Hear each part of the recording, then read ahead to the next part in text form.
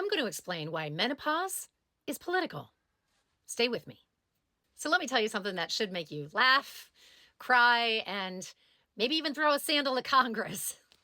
So I spent my late 40s and early 50s thinking I was losing my damn mind. My focus, gone. Patience, gone. Memory, gone. And my emotions, off filming their own Bravo series. I legit thought I had dementia or a demon or both.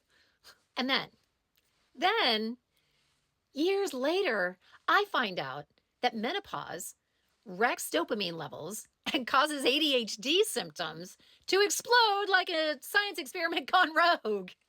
And then I'm like, oh, so that's why I felt like I was running on 3 brain cells and one of them was crying in the corner all the time. And here's the kicker. Did any of my doctors tell me any of this? Of course not. Because women only get warnings when they're about to die or embarrass someone in public. And that, my loves, is why this is political.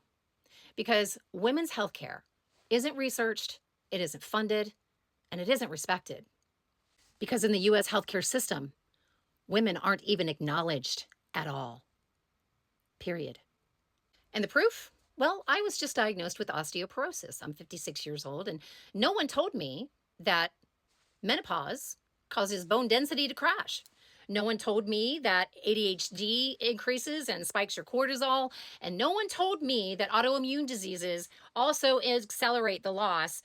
And HRT is treated like it's some kind of spa treatment that only affluent people can afford, instead of it being a medical treatment. And you know what?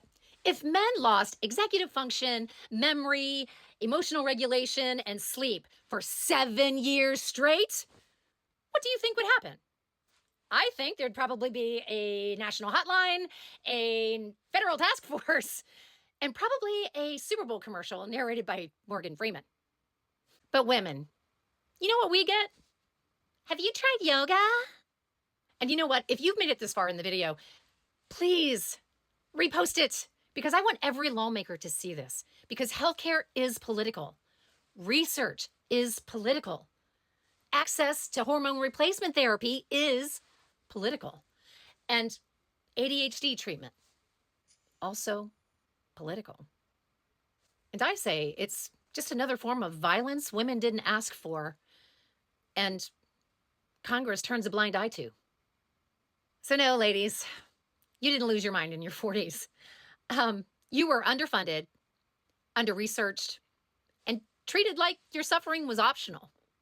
But you know what? Most Gen Xers, like myself, are finally finding that the tide is rising. We're no longer keeping it secret or whispering about menopause. We're speaking up loud and clear. And